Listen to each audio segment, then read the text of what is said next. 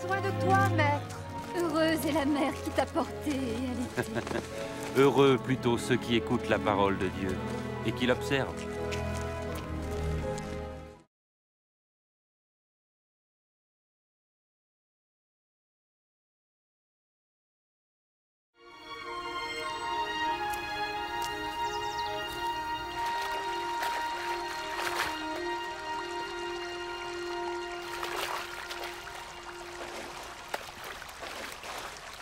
Apprends-nous à prier, comme Jean l'a appris à ses disciples.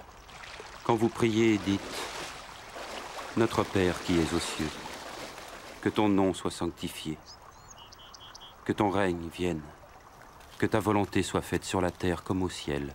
Donne-nous chaque jour notre pain quotidien. Pardonne-nous nos offenses, comme nous pardonnons aussi à ceux qui nous ont offensés. Protège-nous contre la tentation et délivre-nous du mal. »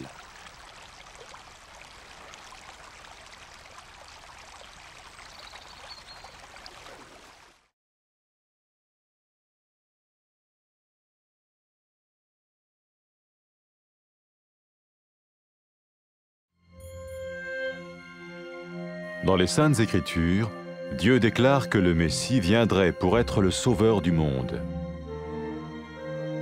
La vie de Jésus prouve qu'il est bien celui dont les prophètes avaient parlé. Ésaïe a prophétisé que la Vierge deviendrait enceinte et qu'elle enfanterait un fils. Des siècles plus tard, la naissance de Jésus accomplissait cette prophétie.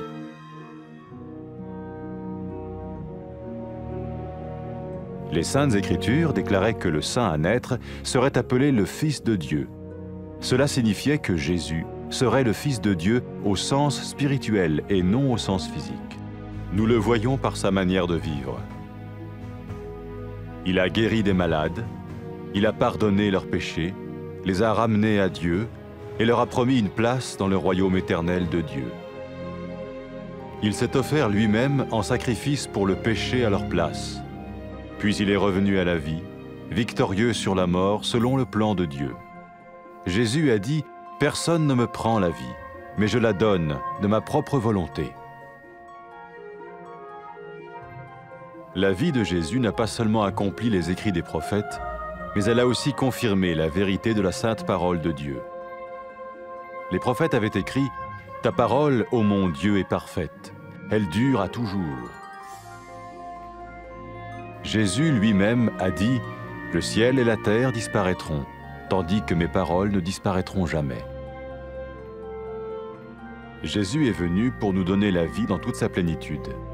Et quand l'homme a désobéi à Dieu dans le jardin d'Éden, il a choisi sa propre voie et ses actions l'ont séparé du Créateur.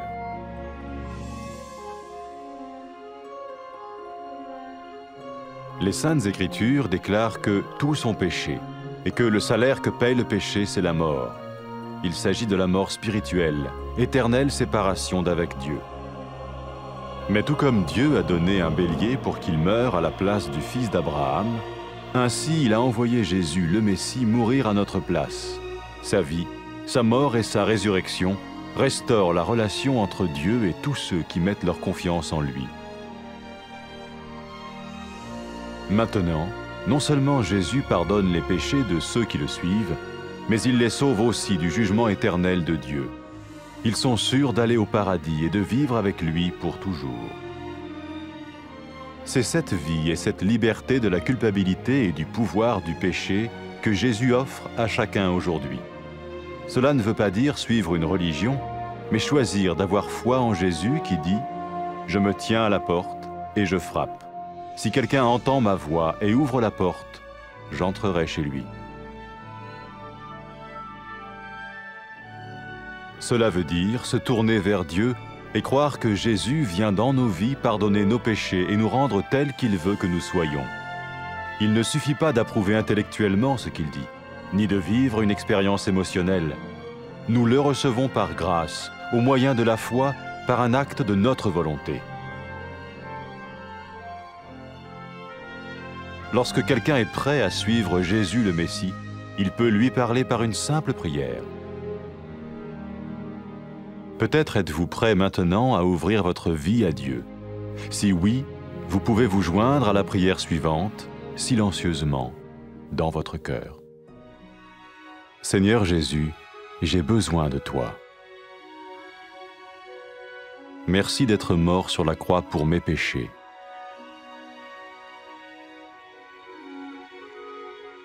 Je confesse mes péchés et je m'en repens.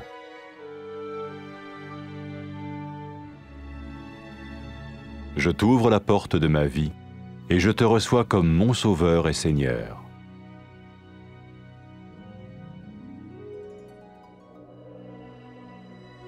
Merci de me pardonner mes péchés et de me donner la vie éternelle.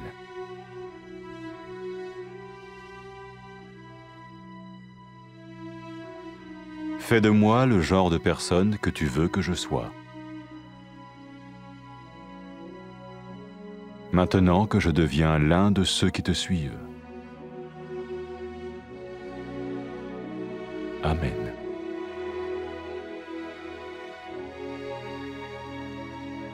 Jésus a dit à propos de ses disciples, « Mes brebis écoutent ma voix, je les connais et elles me suivent. » Pour expérimenter la vie en abondance promise par Jésus, ceux qui le suivent parlent à Dieu chaque jour dans la prière et lisent ou écoutent sa parole. Ils parlent de lui à d'autres personnes et rencontrent régulièrement ceux qui l'aiment et le suivent. N'oubliez pas sa merveilleuse promesse. Tout pouvoir m'a été donné dans le ciel et sur la terre. Et sachez-le, je vais être avec vous tous les jours, jusqu'à la fin du monde.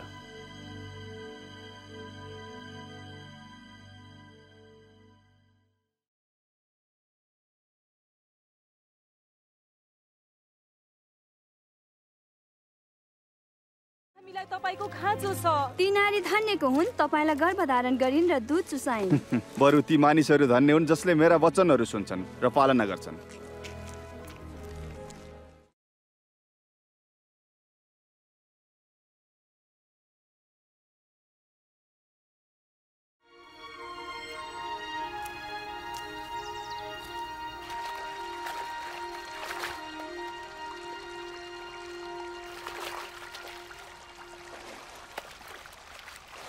हामीलाई प्रार्थना गर्न सिकाउनुहोस् जसरी योनाले आफ्ना चेलाहरूलाई सिकाउनु भएको थियो। जब तिमीहरू प्रार्थना गर्छौ यसो भन, तपाईको नाउँ पवित्र गरियोस्, तपाईको राज्य आओस्, तपाईको इच्छा स्वर्गमा जस्तो छ त्यस्तै यस पृथ्वीमा पुरा होस्। आज हामीलाई दिनभरिको भोजन दिनुहोस् अनि हाम्रा अपराधहरू क्षमा गर्नुहोस् जसरी हामीले पनि आफ्ना अपराधीहरूलाई क्षमा गरेका छौँ। हामीलाई परीक्षामा पर्न नदिनुहोस् तर दुष्टदेखि बचाउनुहोस्।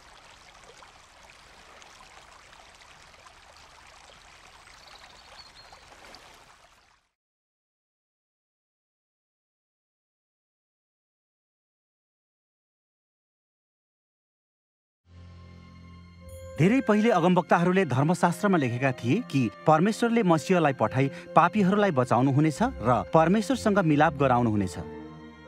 येशू ख्रीष्टको जीवनले के देखाउँछ भने उहाँ वास्तवमै मुक्तिदाता हुनुहुन्छ। यशाया नामका एकजना अगमवक्ताले लेखेका छन्, हेर कन्या गर्भवती हुनेछिन्, तिनले एउटा छोरो जन्माउने छिन् र यो कुरा पूरा भयो। मरियम कन्या छँदै पवित्र आत्माको शक्तिद्वारा गर्भवती भइन् र येशू ख्रीष्टलाई जन्म दिइन्। जसरी धर्मशास्त्रमा लेखिएको छ, उहाँको जन्म सम्बन्धी आश्चर्य चाहिँ परमेश्वरको चिन्ह थियो कि जन्मिएका बालक नै मसीह थिए जसलाई परमेश्वरले आफ्नो पुत्र भन्नुभयो।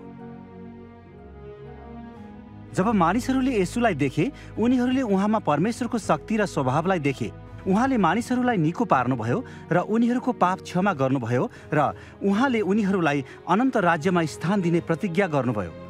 येशूले आफ्नो जीवन बलिदान गर्नुभयो र सम्पूर्ण मानिसका लागि दण्ड भोग्नुभयो। त्यसपछि उहाँ पुनर्जीवित हुनुभयो र यो प्रमाणित गर्नुभयो कि उहाँको शक्ति मृत्युको शक्तिभन्दा महान छ। प्रभु येशू ख्रीष्टले भन्नुभयो, आफ्नो प्राण अर्पण गर्ने अधिकार मसँग छ र फेरि लिने अधिकार पनि मसँग छ। येशूको जीवनले अगमवक्ताहरूले लेखेका कुरालाई पूरा गर्यो र परमेश्वरको पवित्र वचन अकाट्य र अनन्त छ भन्ने कुरा प्रमाणित गरिदियो। जे अगमवक्ताहरूले भनेका थिए त्यो भयो। येशू नै परमेश्वरको वचन हुनुहुन्थ्यो। ख्रीष्ट येशूमा परमेश्वरले आफैलाई यस संसारका मानिसहरूका लागि प्रकट गर्नुभयो। येशू हामीलाई प्रशस्तताको जीवन दिनका लागि आउनुभयो, जुन जीवन परमेश्वरले पहिलो मानवका रूपमा पुरुष र स्त्रीलाई सृष्टि गर्दा दिनुभएको थियो। तर उनीहरूले परमेश्वरलाई धोका दिए र उहाँको आज्ञा उल्लङ्घन गरे।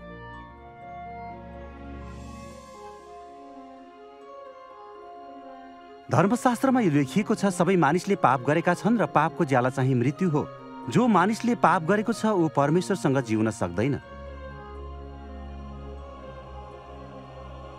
तर जसरी परमेश्वरले अब्राहमको छोराको सट्टामा मर्नको निम्ति थुमा जुटाउनु भयो, त्यसरी नै आदमको सन्तानहरूको स्थानमा मर्नको लागि येशू ख्रीष्टलाई पठाउनु भयो। उहाँले यसो गर्नुभयो ताकि जसले प्रभु येशूमा विश्वास गर्छ र उहाँमाथि भरोसा राख्छ ऊ परमेश्वरको उपस्थितिमा रहन सक्छ। त्यसकारण जसले येशूलाई पछ्याउँछ उसले नरकको दण्डबाट उन्मुक्ति पाउँछ र सदा सर्वदा परमेश्वरसँग वास गर्नेछ।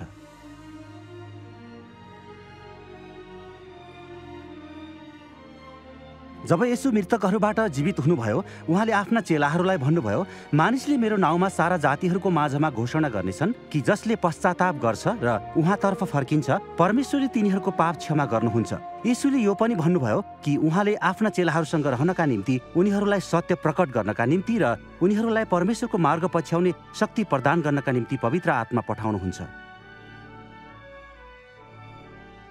जब पापी स्त्रीले पश्चाताप गरिन् र येशूलाई पछ्याउन थालिन्, उहाँले तिनलाई भन्नुभयो, तिम्रा पापहरू क्षमा भएका छन्, तिम्रो विश्वासले तिमीलाई बचाएको छ।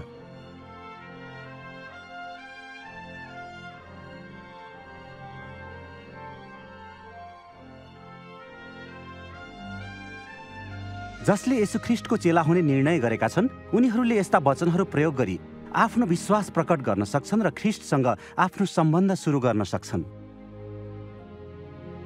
परमेश्वर पिता, तपाईँ धर्मी हुनुहुन्छ। म तपाईँलाई धन्यवाद दिन्छु किनभने तपाईँले मलाई प्रेम गर्नुभयो। मैले तपाईँको आज्ञाहरू पालन नगरी तपाईँको विरुद्धमा पाप गरेको कारण म दुःखी छु। प्रभु येशू ख्रीष्टलाई मेरो खातिर क्रुसमा मर्नका निम्ति पठाउनु भएको लागि धन्यवाद। र उहाँ फेरि मृत्युबाट जीवित हुनुभयो। उहाँले मैले भोग्नुपर्ने दण्ड भोग्नु भएको लागि म धन्यवाद दिन्छु। म तपाईँको बाटो पछ्याउँछु र प्रभु येशू ख्रीष्टलाई मेरो मुक्तिदाता र प्रभुको रूपमा अँगाल्न चाहन्छु। म धन्यवाद दिन्छु किनकि तपाईँले मेरा पापहरू क्षमा गर्नुभयो र सधैँभरि तपाईँसँग तपाईँको राज्यमा हुनका निम्ति बाटो खोलिदिनुभयो। पवित्र आत्मा मसँग रहनका निम्ति दिनुहोस् र मलाई तपाईँको बाटो देखाउनुहोस् भनी म प्रार्थना गर्दछु। उहाँले मलाई मेरो सम्पूर्ण हृदयले तपाईँलाई प्रेम गर्न र तपाईँलाई प्रसन्न पार्न जीवन जिउन शक्ति दिनुभएको होस् र यस संसारका हरेक ठाउँमा मानिसहरूले तपाईँको प्रशंसा गरून्। आमेन। येशूले आफ्ना चेलाहरूलाई भन्नुभयो, मेरा भेडाहरूले मेरो स्वर सुन्छन्, म उनीहरूलाई चिन्दछु र उनीहरू मेरो पछि आउँछन्। येशूलाई पछ्याउनेहरू सँगै भेला हुन्थे।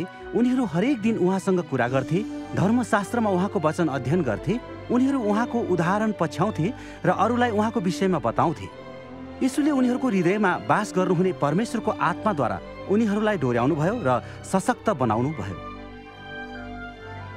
येशू उहाँको स्वर्गीय सिंहासनमा उचालिनुभन्दा अघि भन्नुभएको कुरालाई उनीहरूले मनमा राखेका थिए।